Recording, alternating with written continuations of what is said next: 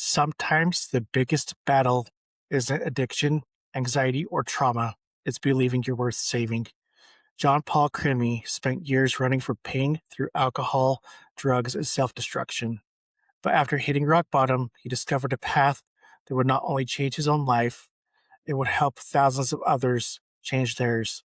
Today, he teaches breathwork to help people navigate trauma, stress, grief, and emotional pain.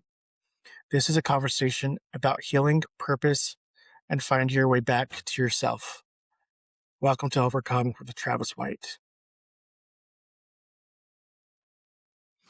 Jon Paul, why don't you go ahead and start us off by taking us on your journey? Sure. Thanks for having me, Travis. I'm excited to speak with you today. Yeah, my journey's interesting. I come from a small town in Massachusetts, south of Boston, about 25 minutes south of the city.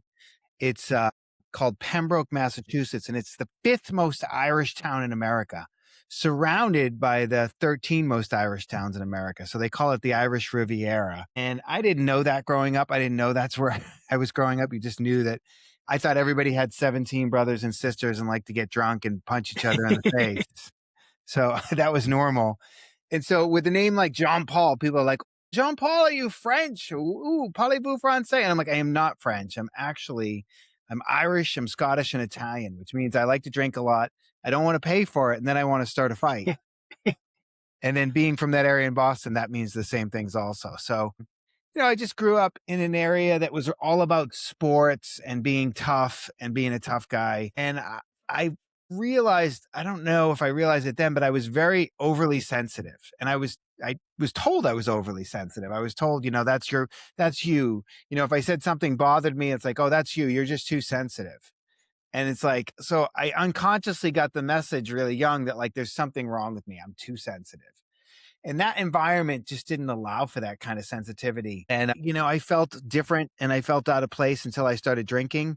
And then that made me feel like I was a part of things and a part of life more so. So I think it really, my life kind of took off when I started drinking at 13 and I got into some trouble as some kids do.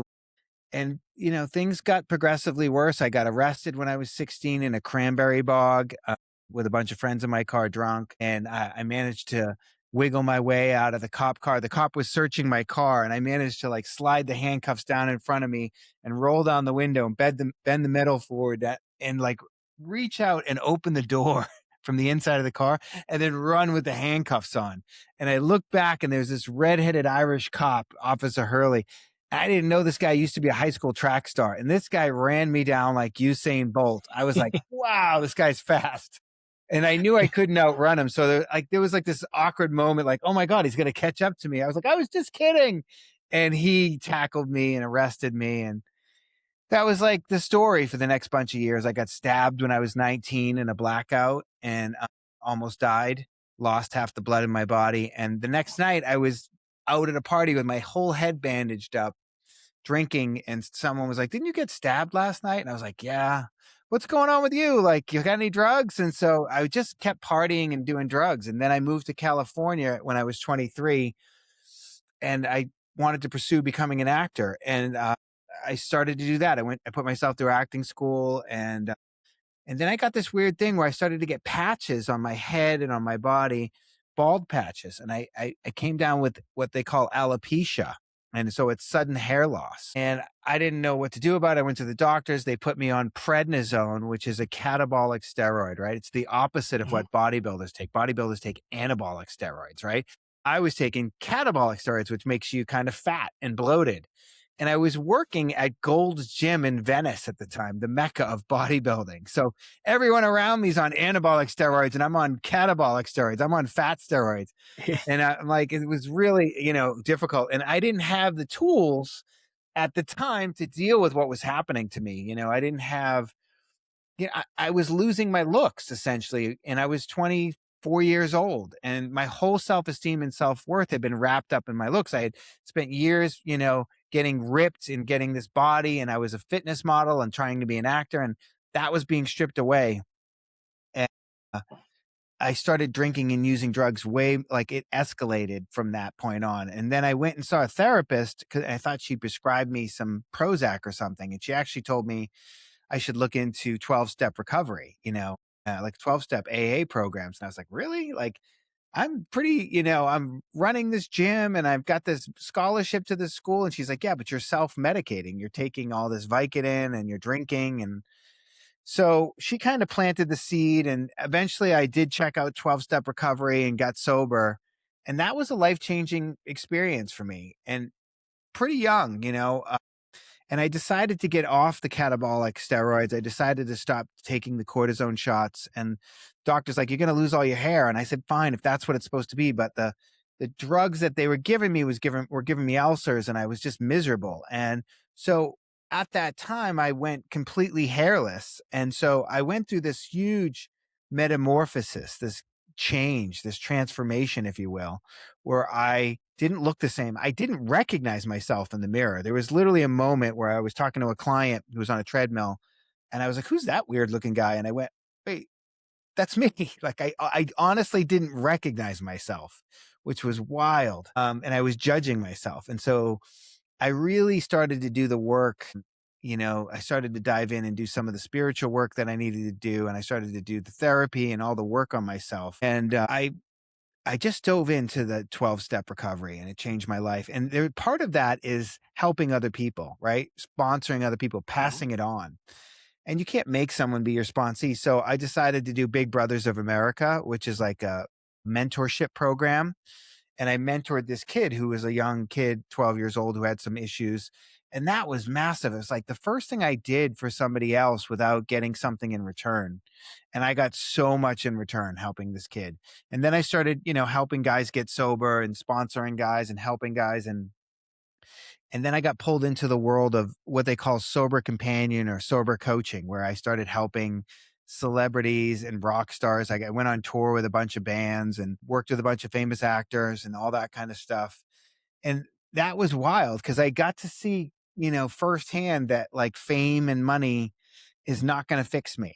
Like everybody Mhm. thinks it will. They know money's not going to fix them, but they want to find out for themselves, right? So Mhm. and you hear it, but everyone thinks like, no, that person can't handle it. So and so, they can't handle the fame and the money. If I had it, then all my problems would be fine. And I saw it up close, like it doesn't fix it.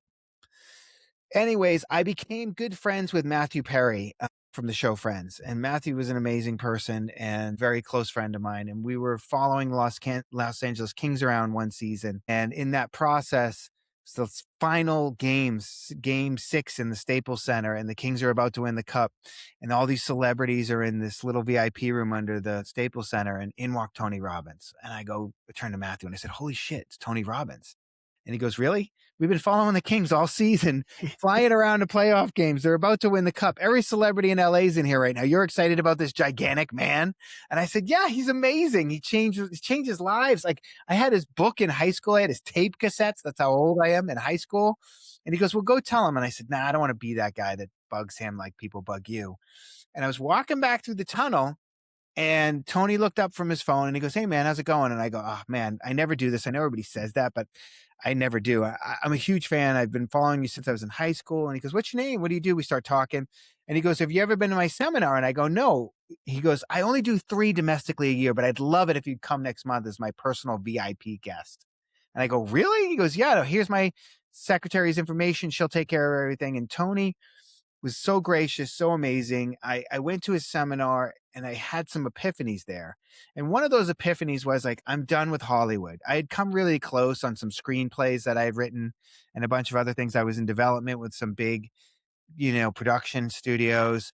And I was just like, I'm done. I'm just going to help people. I don't know what that looks like. I don't know what that's going to be, but I'm really good at helping people, and whatever that, at least my life will be worthwhile at the end. And so I walked away from the Hollywood dream. And right after that, I found breathwork because some woman had taken Matthew Perry to do this session with a guy. And he was telling me all the weird things about this session. And then he was telling me about this breathing thing. And I said, "That sounds crazy." And he goes, "Well, you're my only friend that's open minded enough to try it. So I bought you a session with this guy." And I was like, "Really? All right, I'll try it." So I went and I had some experiences. And this guy did this breathing technique. It's not the technique that I teach today. I teach a very different technique. But what it did was it opened my mind up, and I had an experience from this guy that was pretty profound. And I started looking at all these different breathing techniques out there. And I was like, why doesn't everybody know about this? Why doesn't everybody realize that there's these things out there, these techniques that are life changing? And the technique that I teach today, which is circular breath work, it's really incredible. There's a lot of, I think I should say this, breath work is an umbrella term. It's like saying fitness, right? Hmm. If I said fitness, you would go, what do you mean? You do CrossFit? Do you do Soul Cycle? Yeah. What do you do? What kind of fitness do you do? And so there's so many different types of breath work, because I'll meet someone and they'll go, I've tried breath work. And I'll go, well, what kind? And they'll go, box breathing. And I go, well, okay, that's not what I teach. That's not what I do. Right. It's very different. People have this idea in their head that it's going to be this relaxing meditation. And some breath works are like that, but this style that I do is more like a workout. It's intense. It's more like a psychedelic journey, you know? And so it's very intense, and I push it very intensely. And I had this epiphany. I had this realization, like, why doesn't everybody know about this? This was 15 years ago. I mean, breathwork has become more popular in the last 10 years, right? Hmm. But this was 15 years ago. Nobody knew about it. Nobody was talking about it. I was kind of begging friends to come to my classes. Actually, this woman talked me into doing a class at her studio, and Matthew was one of the first people to come to one of my first classes. And he's like, this is your gift. This is what you're supposed to do. And I'm like, really? And he's like, yeah. And I just decided that if I was going to teach breathwork, I would teach it in a way that made sense for me, because it Hmm. had been kept in these new age kind of woo woo circles and with people. And there's nothing wrong with that. But like, I know people like to do things with people they can relate to, people they identify with. And so I thought, I'm going to teach this in a way that's kind of Tony Robbins style, with my trainer background put into it, and play cool music and have a big, massive yell at the end. And then have people pull moments of gratitude, moments of love in their heart after the breathing is over, because I want people to leave filled with gratitude and love, because that's what's really important. So I created this very specific style of class. I took this ancient technique and then I modernized it. I sort of modernized the package around it. And sure enough, within a good year or two, I had hundreds of people in my classes, and it was like sold out, and the celebrities were having their assistants call to get in my classes, and it was this incredible experience. And then I was in, Los Angeles Reporter and the Times and on Good Morning America. Kind of took off. And I was the first guy to really put this thing online, because I knew, like, the first 10 minutes, I'm doing a presentation, I'm showing you, I'm doing a demonstration, I'm telling you all the things that are going to happen. Then you got to watch me breathe, you got to watch the technique. But then after that, you lay down flat on your back and you close your eyes. So I'm like, this would work fine online. In fact, some guys probably would do it better online at home, where they don't have people around them. They could kind of let go more, where they feel less self-conscious, and they're in their safe space, so they could have that big emotional release, and they don't have to drive afterwards. And so I started doing it online about 9 years ago, and there was some pushback from some old time breathwork teachers against it. And sure enough, they all changed their tune once COVID happened. So Yeah. I had already been doing it before COVID happened. And then during COVID, everyone showed up. And one of the main things that I've been doing for the last 9 years is doing teacher training. So I teach other people how to teach this. I've certified over 3,000 people in my method of breathwork, of how to, take other people through this in this way. And it's been amazing to watch my students come do this with me, learn this from me, and then go take other people through. And then they have these beautiful experiences where they're like, oh my God, it's so fulfilling. I have so much purpose in my life now that I'm helping other people go through this work and heal themselves. And I'm like, yeah, that's what it's about. Like, I'm not going to be happy all the time. But if I have some work that gives me purpose, that gives me fulfillment, that makes me feel good, that fills me up, then that's going to carry me through the times where I'm down or I'm not happy. Right. And Hmm. so I think there's this lie that we've been told, that we're supposed to be happy all the time. And like, we're not. It's an emotion that comes and goes. Right. And so, Exactly. yeah. So I don't know why people are telling themselves that lie, but it's just not true. But if you have purpose, if you have fulfillment, if you're working on yourself a little bit every day, that's life changing. That's what you want to go for. And so that's kind of been my journey. And now I'm just out here trying to spread the word the gospel of breath work, if you will. Like, come try it, Yeah. have an open mind. I know it's hard for people to understand and to believe that something you've been doing your whole life since you were born unconsciously without any effort. If you come to a class and somebody's going to show you this other way to do it, that you have to put in some effort. And I always say, listen, you've done something harder in your life than lay on the floor and breathe. It's not that hard. Don't let your Yeah. brain trick you, right? So I brought the science in too, because there's a thing that can happen. It's called transient hypofrontality. Part of the prefrontal cortex of your brain can turn off in this incredible way when you do this type of breath work. And that's the area of your brain where the critic lives, where the ego lives. And it's amazing to turn that off and to move into your heart, which is really beautiful and really Mhm. powerful. So I've been doing this now for a long time. I do it online every Sunday on Zoom, and there's a 5-day replay afterwards. A lot of people can't make the live Zoom time, which I understand, but it's 9 a.m. Pacific time, 12 p.m. Eastern time, or whatever time zone you're in. I have a lot of people that come from all over the world and they can't make that time. So I have a 5-day replay afterwards. And I have my teacher trainings online and courses that you can do. I do them in person twice a year as well, and those sell out pretty quick because I keep them pretty Mm. small. I'm doing one in September in Calabasas, California, and I do them in person, but I also have them online. So I've certified over 3,000 people with this style of breath work. And so that's kind of everything in a nutshell. And we can pull it apart and look deeper into certain areas, whatever, Yeah. you're interested in. Yeah. Let's do it. I have so many questions. I could go so many different routes with it, like Yeah. different ways with this. But I think it's really cool that you took breath work and you do your own style because I'm totally that person that I think you need to find what works for you.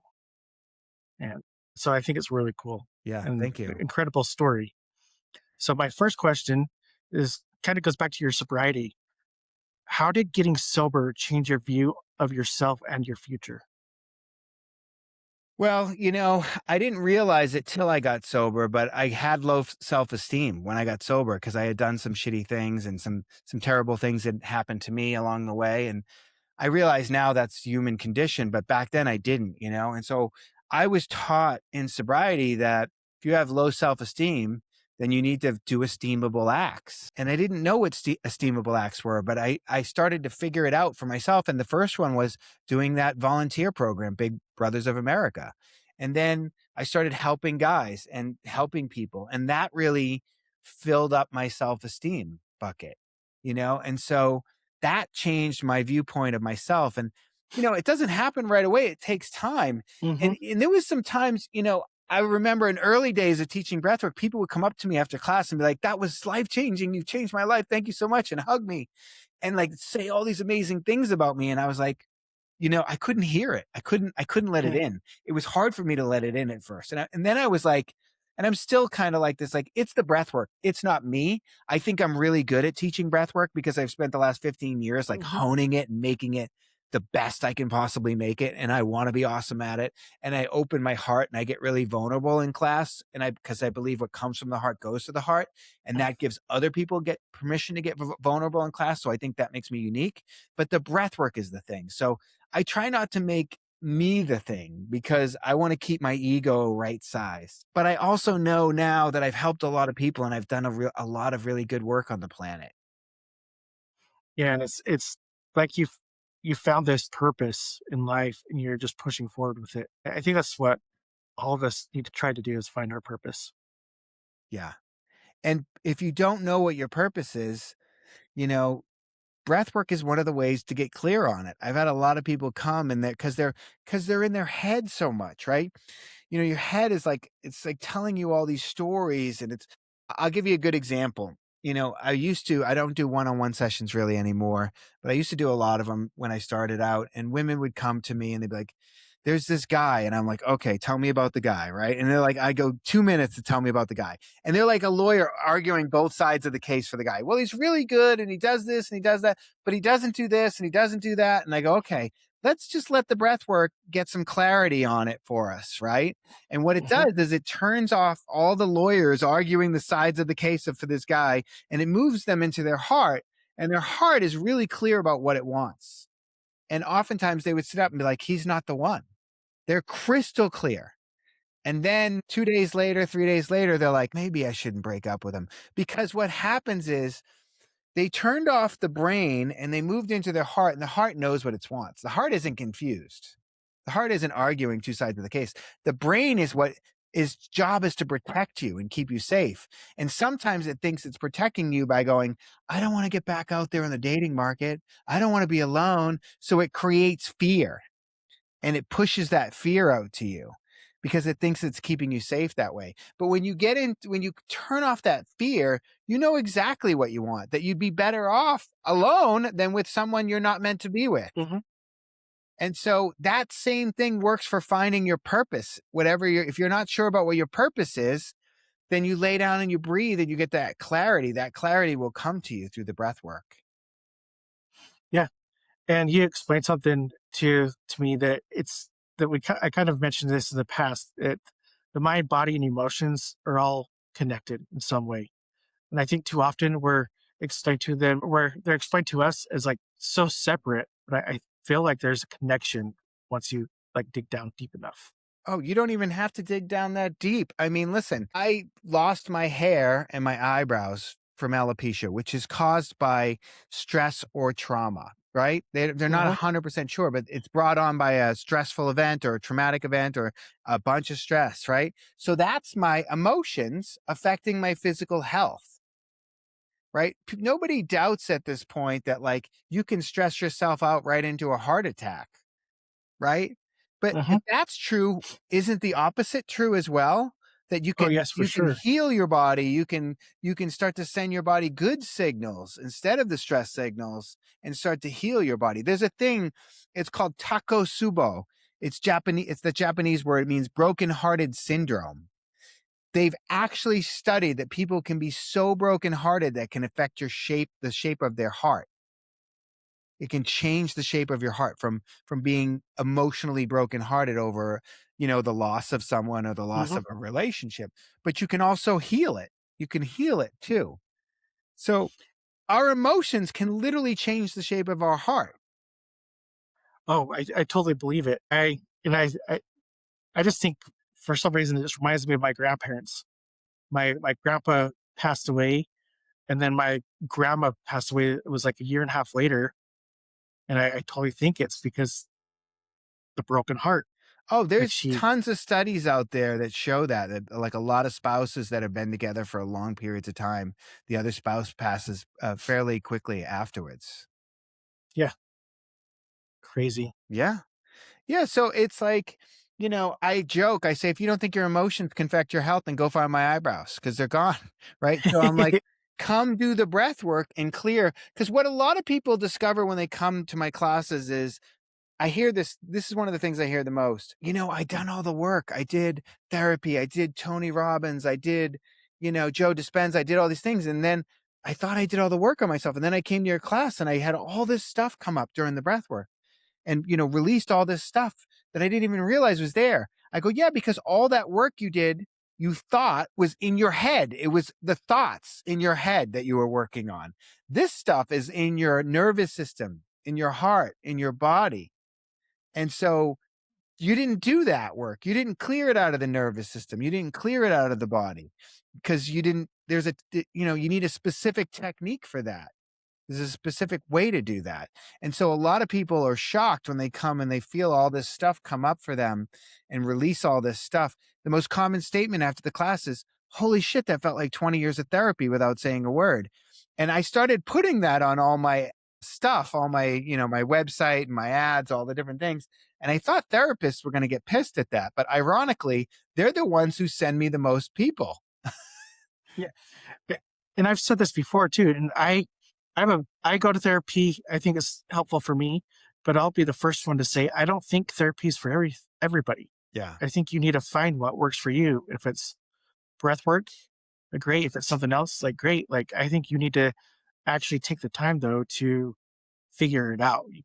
Yeah. Don't just say you've tried it all. If something doesn't work, go try something else. Yeah, and I think therapy and breathwork work really well together. That's why a lot of therapists send their Hmm. people to me because the breathwork brings up all the stuff, all the trauma, and then they go process it and talk to their therapist about it. And so it creates some big shifts. So I think they work really well together. Yeah, and listen, if you want something different, if you want to change in your life, then you have to do something different. Otherwise you keep doing the same things. Nothing's going to change. That's the definition of insanity, is doing the same thing over and over and expecting a different result. But I can't make people come. You have to be willing to have an open mind and try something new. And oftentimes, unfortunately, people have to wait till they're in a lot of pain. Pain is the Yeah. touchstone to growth. So, because I'll tell people what I do and they'll go, oh, yeah, yeah, that sounds fine. And then I'll see them 6 months later or a year later when they lose someone close to them, or they go through a breakup, or just a bunch of shit falls apart in their Mhm. life. And then they're like, all right, I'll try that breathwork thing. Like, oh, okay. You're ready to You're try ready. it. I'm here whenever you're ready to try it. Yeah. It's like their life just has to fall apart just enough to come do it. Yeah, So I don't know why people have to wait for that. I don't anymore. I as soon as I start to feel things unravel, I'm like, okay, let me go dive into some work. Let me go do some breath yeah. work on myself. Let me see what else I can find. Let me see what the universe is sending me right now. I did, something like a year and a half ago called the Hoffman process that was life changing for me. And I'd done all the things again, but I found that, and it was so powerful, and it was around parental patterns that you inherit from your parents. And it changed my relationship to my parents in a profound way. That's super cool. We've talked a lot about stress. What are some signs that people are carrying stress that they have not fully acknowledged? Whew, that's a good question. I mean, if you're not sleeping well, you're stressed. Like I, I think stress itself is not fully acknowledged, because stress is just a fancy word for fear. Right? It's a more acceptable word for fear, because what am I stressed about? I'm stressed about money. Okay, well, let's dig underneath that. What about it? Well, I'm afraid that my business is, not working out right now. And well, what happens if that doesn't work out? Well, then I won't be able to pay the bills and support my Mhm. family. Okay, so I'm in fear that I'm not going to be able to take care of the people I love. But I'm calling it stress, because stress is more acceptable in society, Mhm. not like fear around financial insecurity or financial whatever's going on with my finances. And so we we have to be willing to dig deeper and get underneath things, and really like look at the truth of it. A lot of people don't want to do that. They don't want to look at the truth of the situation. We all have stuff. Nobody out there doesn't have. I mean, I've worked with the most successful people on the planet. They still have things. They still have stuff. And some of your stuff isn't even your stuff. Trauma is passed on through the DNA. Mm. Science has proven that trauma is passed on through the DNA. So you thought you were screwed up because of your parents, and you were right. It is their fault. Call them and let them know. No, don't do that. I'm kidding. I joke about that in my class. I'm like, call them and let them know. No, I'm like, but now that you're aware that that's a thing, because some people don't know. Some people don't know why they have depression, anxiety, whatever. And it could just be passed on, could be passed on to them. They're like, I don't know why I have these things. It's your responsibility to figure it out and do something about it. Yeah, I totally agree. So why is it that why do you think that so many people stay stuck when they actually want to change? Because the fear of the unknown is more comfortable. They'd rather be miserable and sit in the known than travel into the unknown, the fear of the unknown. That's the truth, is that, like, just not knowing what's on the other side if they quit drinking, or if they go to a breathwork class, or like, people just they don't want to move out of their comfort zone. But if you can strengthen that moving out of your comfort zone muscle, if you're willing to do get a little uncomfortable, you can change everything in your life. And there's this Les Brown used to say, if you do what's easy all the time, then life gets hard. But if you do what's hard, life gets easy. And it's not that hard showing up to a breathwork class online and laying on the floor and breathing. Like, come on, it's ridiculous. It's so easy. But it gets uncomfortable in the beginning, and you want to quit, because your mind is kind of battling you. Your mind will shut off during this breath work. And it's beautiful when your mind shuts off. It's what I was looking for when I was doing drugs and alcohol. I wanted to shut my brain off, but your brain doesn't want you to shut it down. So it fights you. And it's like, I don't like it. It's weird. I'm dizzy. I'm uncomfortable. This is stupid. This song, I don't like this song he's playing. Like, so your mind kind of talks all this trash to you for the first 10 minutes of the breathing, and then it kind of gives up and the breath takes over and breathes you. So I always tell people, like, be willing to be uncomfortable for the first, 10, 15 minutes of this and have some skin in the game. Like, I would give it away for free just to get people to do it, but people don't respect what's free. If they don't pay, they don't Mm-hmm. pay attention, Tony Robbins likes to say, right? And so they have to have some skin in the game. I've gone to classes of my students that I've taught, and they go, "You don't have to pay." I go, "No, no, I have to pay, because if I don't pay, I'm not going to work as hard." And so Yeah. I need to pay so that I work hard, so that I have the experience that I need. Yeah, exactly. So I want to touch on one thing just because it just reminded me of something when you said, use the word uncomfortable. I had a boss at one of my previous jobs that said, if you're not uncomfortable in everyday situations, you're not pushing yourself to learn to become better. And ever since then, I totally agree with it. And I was like, oh, I've never thought of it that way. Because Yeah. it's like otherwise you just become complacent. Yeah. I've been doing Brazilian jiu-jitsu, which is a martial art, for 18 years, and the whole first year is literally you just get beat up by everybody. You don't know anything. Everyone in Hmm. the room is beating you up. I remember being beat up, like, I was at the time when I started, I think I was 35, and I was beat up by like like an 18-year-old kid who was like 120 pounds. He was like climbing all over me like a spider monkey. And I was like, this can't be happening. Because I was like a yoked out personal trainer, And so every time I go, I'm uncomfortable. People put me in uncomfortable positions, and I have to find my way out of that position, that discomfort. And so you have to get comfortable with being uncomfortable in Brazilian Jiu-Jitsu. And so it's a great, like, thing for your life, I think. Not everybody's going to want to do that, but I worked a lot on the outsides, and it wasn't until I got sober that I started working on the insides. I had spent many, many years focused on my outsides, and we have to work on the insides. The happiness, fulfillment, purpose, that's an inside job. And so I've spent the last, 26 years doing inside things and then sharing them with other people. Like, that's where the journey changes, is like, once you've transformed, you've changed your life, can I turn around and give it back to somebody else? That's kinda like the hero's journey, where Hmm. you bring the elixir back, and you bring it back, and you pass the torch on, and you help somebody else. And then to watch them turn around and help somebody else, it's like, "Wow, look at this, like, levels." Look at this multi-level marketing for good. Yeah, yeah, for sure. And There's no that's multi-level marketing, I need to be clear about that. Like, I tell people, I'm like, "Listen, I'm not trying to build a cult or anything. You can come do my class one time and know how to do this that's breath work, and then do it on your own." on Like, your own. yeah, you can make a playlist, you can do it on your own. Some people like to come to my classes because they like me to push them, and they like the community of it, whatever, but you don't have to do it all the time. You can do it with me 1 or 2 times, and you're good, and you can do it on your own, and then whenever you want, it'll change your life. So during one of your breathwork sessions, what is actually happening to the body? There's a lot of things going on, and some of it is, there was no science when I started this breathwork 15 years ago. Like, sometimes people's hands would cramp up like this. They called it tetany, and that's the medical name for it. But I couldn't get an answer from these breathwork teachers. They're like, what is causing this tetany? And they'd give me all these, like, oh, it's the moon. It's like something you're holding on to. It's you're detoxing off weed. I'm like, I haven't smoked weed in years. Like, that can't be true, right?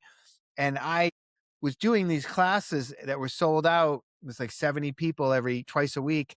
And I had some things that I noticed, when you, like, success leaves clues, right? And so you look for the commonalities and things. And I saw that people who were getting the tetany really bad were pushing the exhale more than other people. And so I brought in this health and science researcher from Harvard, and she said, "Oh, yeah." I said, "People are pushing the exhale, and they're the ones that are getting tweaked out. And I think that's the key."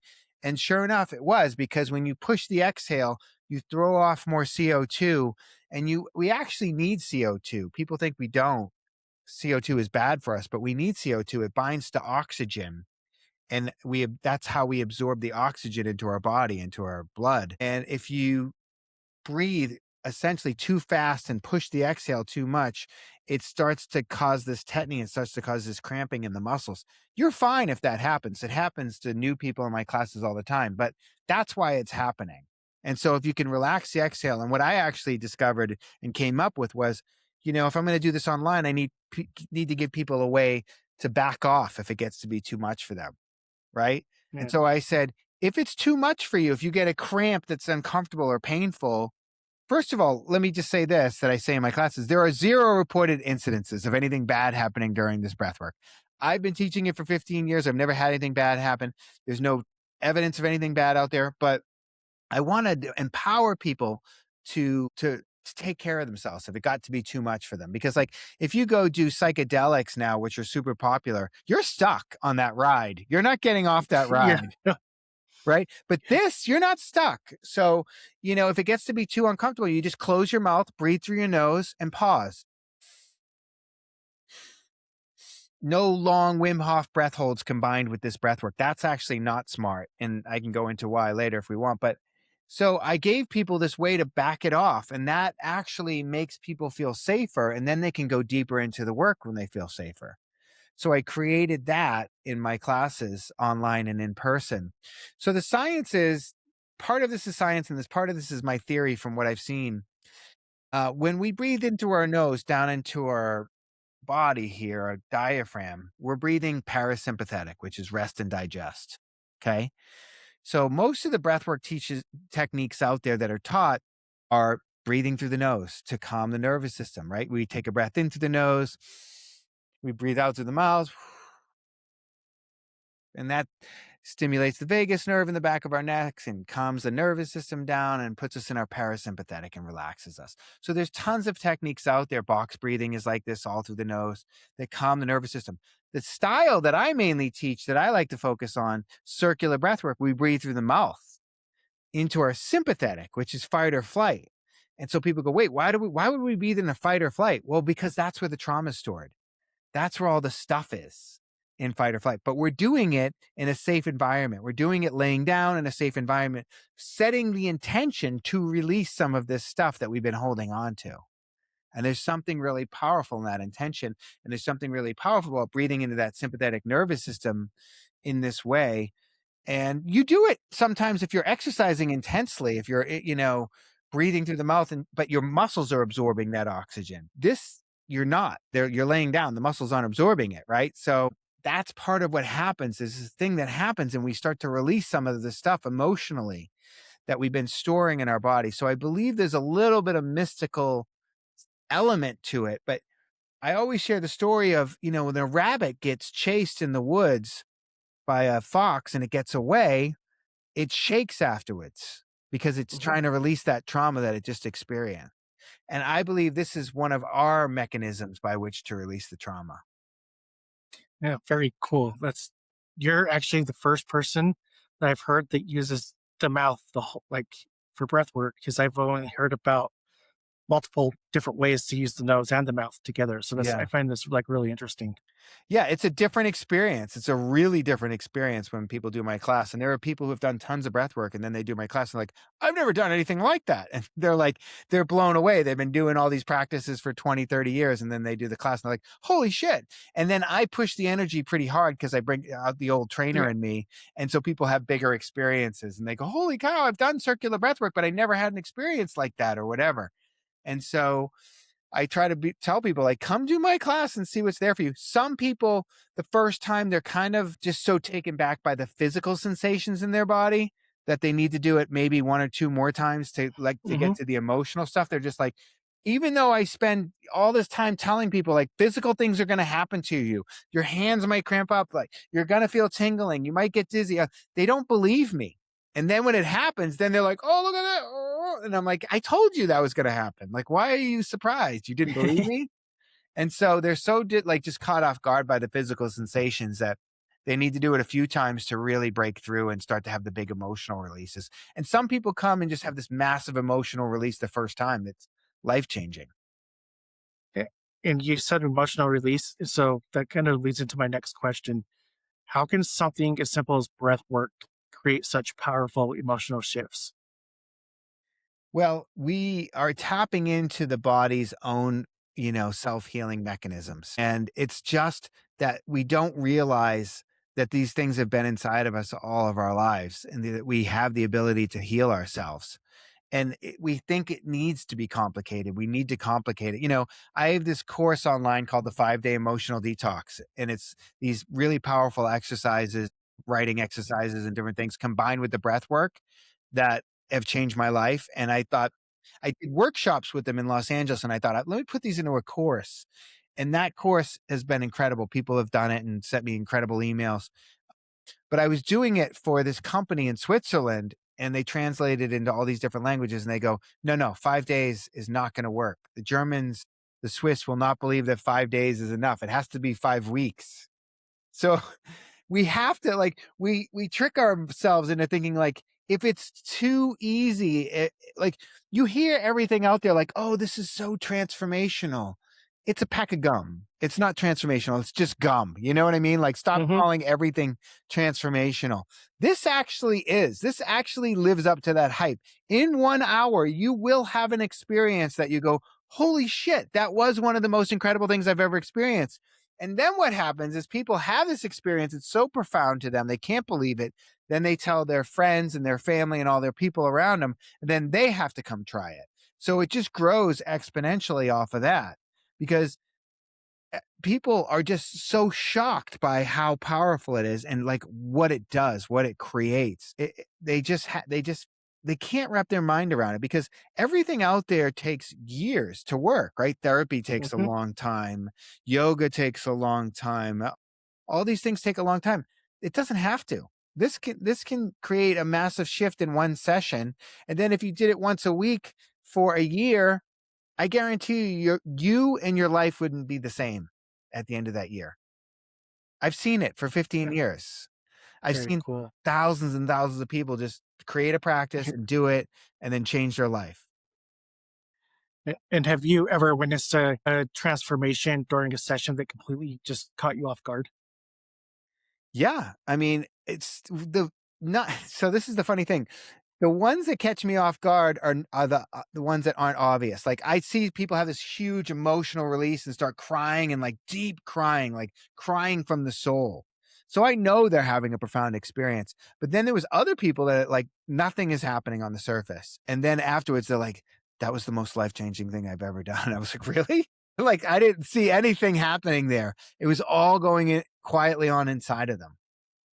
And so, that's the part that surprised me in sessions over the years. And I've heard people talk about releasing traumas and physical ailments. Like, I had this thing in my throat where I couldn't talk properly for most of my life. And then it literally released in the session, or my back, or this issue.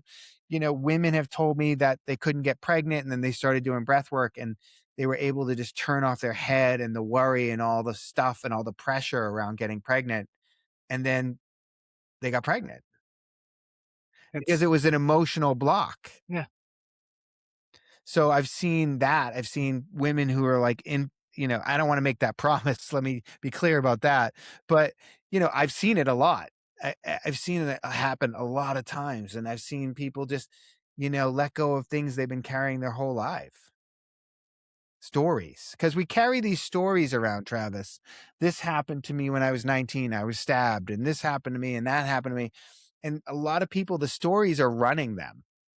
Hmm. When I told my story, it's like none of that has any power over me at all. All those terrible things, none of them have any power. But sometimes you hear someone tell their story and you can hear that it's got all this power over them and it's running them. And it just doesn't, the stories don't run me anymore. I'm not caught up in the stories.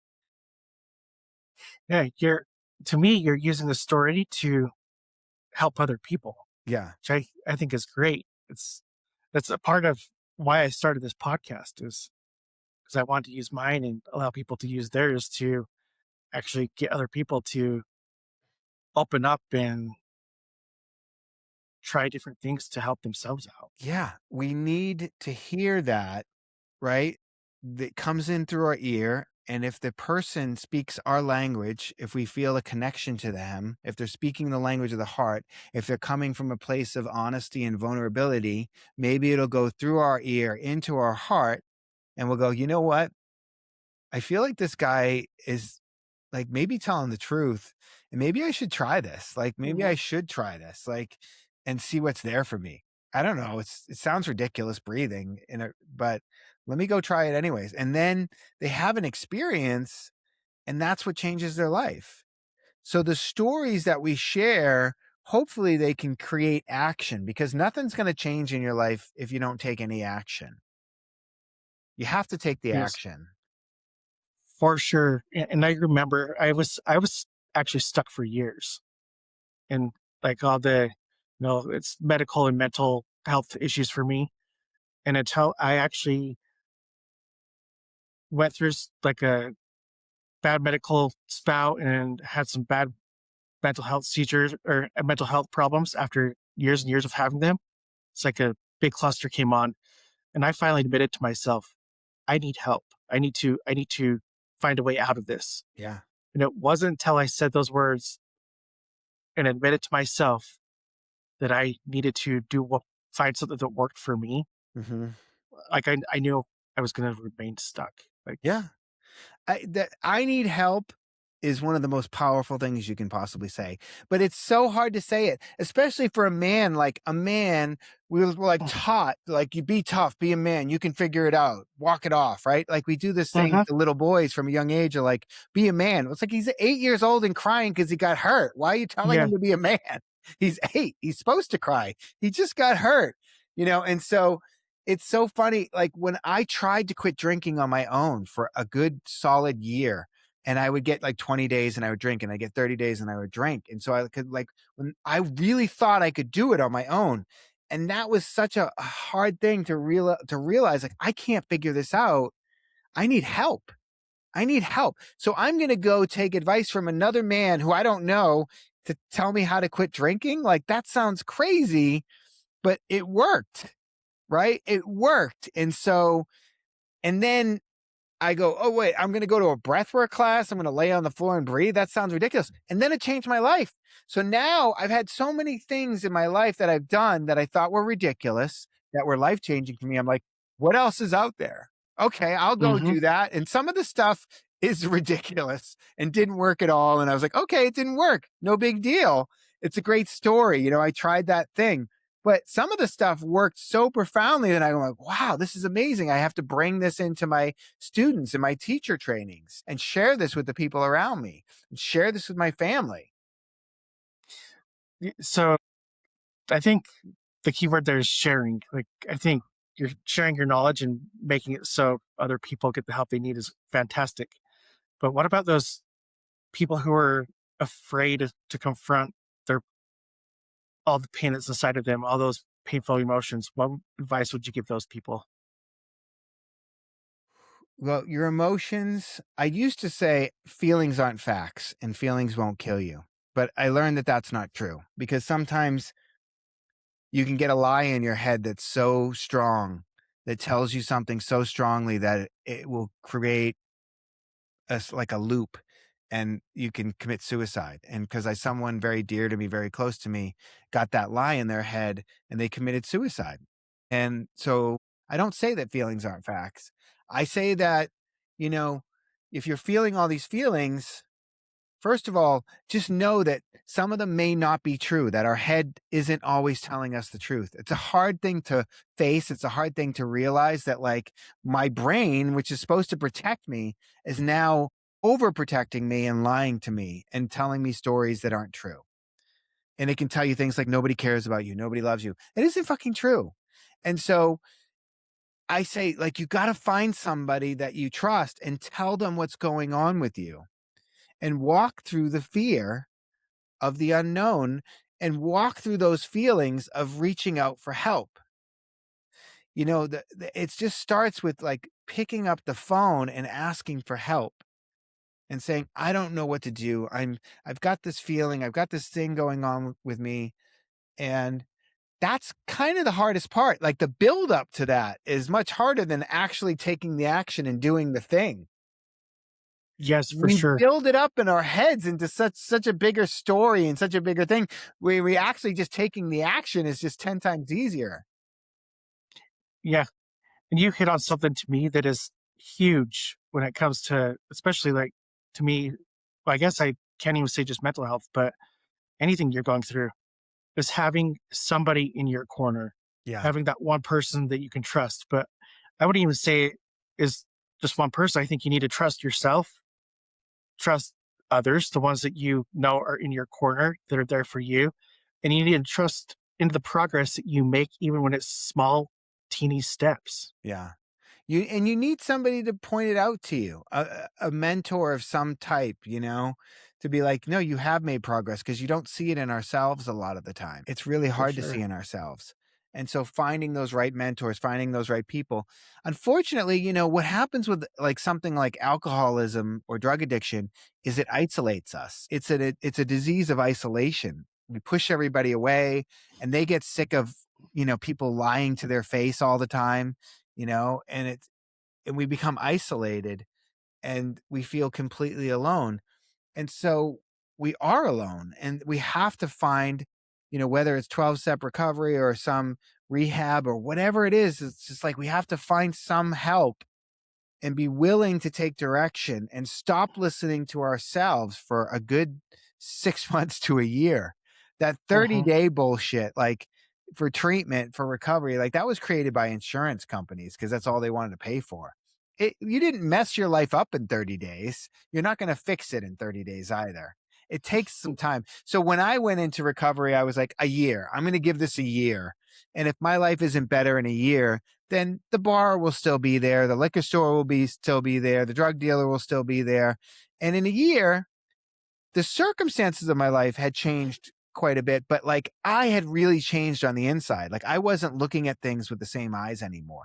My perception had shifted massively. And I really had started doing the inner work on myself and reading all these really powerful books like, The Power of Now and The Seat of the Soul, and on digging into the work around myself and meditating and helping others and all these kind of things. And I was like, oh, yeah, you know what? I'm not that same guy. Like, why would I want to go back to the same horrible life? Yeah, it's you found your way out, found your way to the other side, and it's I can see And then how you got that to reach is. back and Yeah, pull someone else up. yeah, exactly. There's a Just lot of keep people. going. I meet people sometimes out in the world. And, they find out I'm sober and they're like, I tried 12-step recovery and it didn't work for me. I go, you did? Did you did you get a sponsor? Kind of, yeah, I had a sponsor. Did you work all 12 steps? Well, I worked a few of them. Did you turn around and work the 12 step, help somebody else? No, I didn't do that. Yeah, I know. Because if you did, you'd still be there. What you did is you went to the gym and you walked around and you looked at the equipment and you maybe sat on a piece of equipment or two, but you didn't even lift any weights. And then you left there and you said, yeah, I tried the gym. It doesn't work. It doesn't get you into shape. Well, you didn't really do the weights. You didn't do the diet. You Mm-hmm. didn't get someone to show you how to lift weights and eat right. And then you You didn't turn around and help somebody else. yeah, and you for sure have to put the work into it. Yeah. It's I for some reason I had it in my head when I first started therapy that they could just take all my emotions and I take them away and they disappear and I'd be fine. It would take about, 6 months to a year. And my therapist had to set me straight. He sat me down. He's like, you know, you can, your goal is actually to learn the techniques to deal with what you have going on Yeah. so you can look past it and move forward. I Yeah. was like, oh, so you can't just talk it out of me. He's like, no, it doesn't work that way. Yeah. So it was a big mind shift for The me. the emotions require to be felt, and what a Hmm. lot of people do is they don't wanna feel them, they push them down inside, they don't realize they're pushing them inside, they think they're just pushing them away. But, like, what I always like to say is, like, you can't open your heart up and feel gratitude and joy and love and close it off from grief and sadness and disappointment. It doesn't work that way. So, you have to feel the other emotions too, and that's not what people want, they don't wanna feel them. And I just found that when I allow those other emotions to be felt, then I can get back to gratitude and love, which is where I Yeah. wanna live. Yeah, and I think for me, that's exactly where I want to live too, by the way. But I think the biggest like blocker for me was the fear of being vulnerable. Mm, yeah. Well, it's funny because I said this at the very beginning when I was telling my story that I was told I was overly sensitive, right? And that's just being vulnerable. And, allowing your emotions. And I just was in an environment that didn't allow for it. And my joke was if I started to feel my feelings, I would do a shot and then punch somebody in the face and the feelings would go away. But now, if you do my class, you'll hear I get really emotional in certain moments in my class. And it gives people permission to get emotional themselves in the class. And so I think it's one of the things that makes my class really special in the way I teach it. And, what comes from the heart goes to the heart. So what I learned is your greatest wound can become your greatest gift. My greatest wound was that I was too sensitive. And now I allow that vulnerability to come through to help other people. Hmm. I love it. Yeah. It's like I'm a guy. I'm still a guy. I'm a jujitsu black belt. I can kick the shit out of most people out there. Like I joke, I was like, I'll choke you out and then I'll show you how to put gratitude and love in your heart. Use all of your talents in one spot, right? Yeah, well, it's funny. It's like you can be both. You can be a sensitive, vulnerable man and be a badass at the same time. You don't have to be one or the other. And I don't have to be some new age woo woo guy to teach breath work, And people were shocked when they started coming to my class at this one studio that I was teaching at a long time ago. Because I sometimes would be really frustrated. I had to take the 10 freeway to the 101 to the 405, the like three worst freeways in Los Angeles. And then I was like fighting over a parking space. So by the time I got into the room, I was like, Jesus, sit your ass down so I can show you how to put gratitude and love in your heart, for God's sakes. And they're like, oh my God, this is the teacher. Because all the other teachers were walking in the room and they were like, hi, everybody. I know Mercury's in retrograde right now, and we're all having a hard time. And I was walking in the room and just being like, sit your ass down. Let's go. We're going to do some shit, And they were like, what? And I'm like, yeah, I'm going to teach this in what's real. Like there was some days I came in there, I was pissed off. There was some days I came in there, I was heartbroken. And I allowed that to come through during the class. I allowed that emotion to be felt. I get just as much out of teaching my class as the people do taking my class. So I'm so grateful when I get to do my class online every Sunday. I'm like, I needed that too. Yeah. I want to be moved and I want to move other people. I don't want to just teach a frigging class. I want to be moved in the process. And I get the same way when I start a podcast. Like I'll be having a crappy week, and all of a sudden I jump on that podcast, and when it's over, I feel so much better. Yeah. It's amazing. Telling your story, sharing with somebody else. That's human nature. It's in our DNA. We used to sit around the fire and share stories, and we've kind of lost that. We're finding our way back to it through this podcast, through that connection, sitting around the fire, telling stories. But some people are just so disconnected. We're on this device, doom scrolling all day long and trying to, Hmm. and we're feeling lonely and whatever. But like, that's because we're missing that connection. You got to get out there and touch grass, as the young kids like to say now, touch grass and connect with other people. Yeah, for sure. So if somebody right now, uh, somebody listening is struggling with whatever anxiety, stress, feeling stuck, what's one thing they could do today to start moving forward? I would say take a small action. A small action. You could sign up for my class on Sunday. There's a 5-day replay afterwards. But this Sunday's class, well, I don't know when this is coming out, but like there's a 5-day replay after the class. And so if you just commit to it and then put it on your calendar and do that, I promise you're going to feel a shift. You're going to feel a shift. And I may not be the right guy for you. There's other people out there doing this work and there's other things, but maybe it takes you to the next thing. And like, so commit yourself to doing one, one thing a week that you've never done before. It doesn't have to be one thing a day, one thing a week. You're saying, I'm going to do one thing every week that I've never done before. I've never tried before for myself, for my self-care. And I like to say that self-care is about, you know, doing the uncomfortable work, right? People think self-care is a bubble bath or a massage. No, that's the reward for doing the thing. Real self-care is showing up for yourself and being willing to get uncomfortable for yourself. Hmm. Being willing to do the thing you're scared of. That's real self-care. That's real self-love. Yeah, it and if you're not willing to put the work into it, for example, the very first time that I started therapy years ago, I I really honestly just half-assed it. I was given all these worksheets and assignments to do outside of therapy, and I didn't do them. So I didn't really see any progress, and I'd go back and he would say, "Okay, explain the progress over the last like 2 weeks." And I was like, "I didn't have time to do this. Yeah. I didn't have time to do that." He's like, "Well, I need you to do that."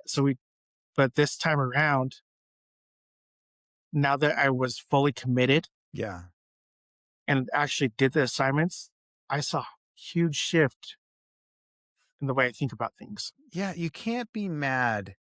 It's funny to me, people get pissed off looking at other people's lives, and it's like, well, you don't know what work they put in. You can't be mad about the life that you don't have for the work that you didn't put in, right? Mhm. You didn't put the work in. You have no idea what work that person put in. Stop looking at other people's lives on social media and thinking they have it so good. You don't know what it's like behind the social media, but also you don't know what work they put in. So if you want a better life, be willing to put in a little work for yourself. Be willing to show up for yourself and see what happens. Exactly. Very well said. So, looking back at the person you were, when you hit rock bottom, what would you want him to know about the life you're living today? It's funny because it always takes longer than we think it's going to take. So have patience, be kind to yourself. I like to say work hard on yourself, but don't be hard on yourself. Because I was really hard on myself all that way. And one of the things I've gotten from this breath work is like, you know, I'm gonna keep making mistakes. I'm still making mistakes. I don't need to beat myself up when I make a mistake. And do I want my kids to beat themselves up? Do I want my kids to be as hard on themselves as I have been on myself? I don't. So I can't tell them that. I have to show them that. I have to model that for them. Like, hey, look, I messed up. It's okay. Let me fix it. Not a big deal. Let me not beat myself up. Because I watched my daughter being hard on herself and it broke my heart. And I was like, well, that's kind of what I do. So work hard on yourself, but don't be hard on yourself. Create a shift where you're going to keep making mistakes. You're never going to reach a point in your life where you stop making mistakes. So if that's the case, like, can I just be easier on myself about these mistakes? I love it. Love every piece I always say that when I do these, it feels like a free therapy session for me Well, because you're going to I come to pick up so class. much from it. That's going to feel like 10 therapy sessions when you come in my class and do that. You're going to be like, holy shit, we need to do another podcast. That's what happens every time. So I have just one last question and if just a few follow-ups. You've helped people move through addiction, anxiety, grief, and trauma, and you name it. You've probably helped someone and felt those lines. What's the biggest lesson you've learned about the human ability to overcome adversity? Yeah, I just think that your spirit is stronger than you think it is, and you have to be willing to love yourself and just keep showing up. Like it I j I love stories of adversity. I think everybody does. I mean, that's why we go to the Mhm. movies, that's why we watch shows, but you see it in other people, but you don't think it's there for you. It's there for you too. You can be the hero of your own story. You are the hero of your own story, but you have to be willing to do something different because if you keep getting the same results, then you have to like look at that and go like, what haven't I tried? Why am I making the same mistake over and over? What can I do differently here? And look at that and have an honest look at yourself. Be honest with yourself because a lot of people are lying to themselves and find people that you can trust that will get honest with you too. Very well said. And I totally agree. What and this one's just a generalized question. I try to ask this to every guest. What would you say is the biggest stigma when it comes to mental health? I think there was a big stigma. I don't think the stigma is there as bad anymore. At least for me, like I talk about it so much, maybe I'm just so used to it, it's like right there at the forefront. But I think just like alcoholism, alcoholism, there was a lot of stigma around alcoholism in the 50s, the 40s, the 50s, the 60s. And now it's like everybody knows somebody in their family that has alcoholism, that has addiction. It's ripped through the lives of every single family on this planet. I think at this point, if you nobody wants to be an addict, and so it's not a personal moral failing. It's a disease, and so and the same thing with mental health, but it's just calling it out takes away the power, takes away the shame around it. Calling it out, speaking it into the light, as they say, like we're doing, we're bringing it all into the light right here. It just takes the power away from it. Like people try to make jokes about me being hairless. It's like, I already made all those jokes. I've already heard 'em. If you've got something good that I haven't heard, like, great, give it to me. I'll use it myself. Like, there's no power. You have no power over me. There's nothing you can say to me about me that's gonna hurt my feelings at this point. I wouldn't give someone that kind of power. So, calling out the mental health stuff takes the power away from it, takes the shame away from it. It shines the light on it.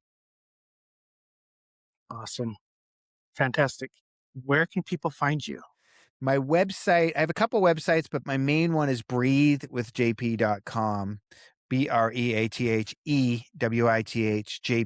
not breath with JP, breathewithjp.com. And you can find my other websites through there. You can find my Sunday Zoom class on there as well. If you put your email in, I give you $10 off the class. So it's only $19 your first time. The price of a burrito these days, I like to say.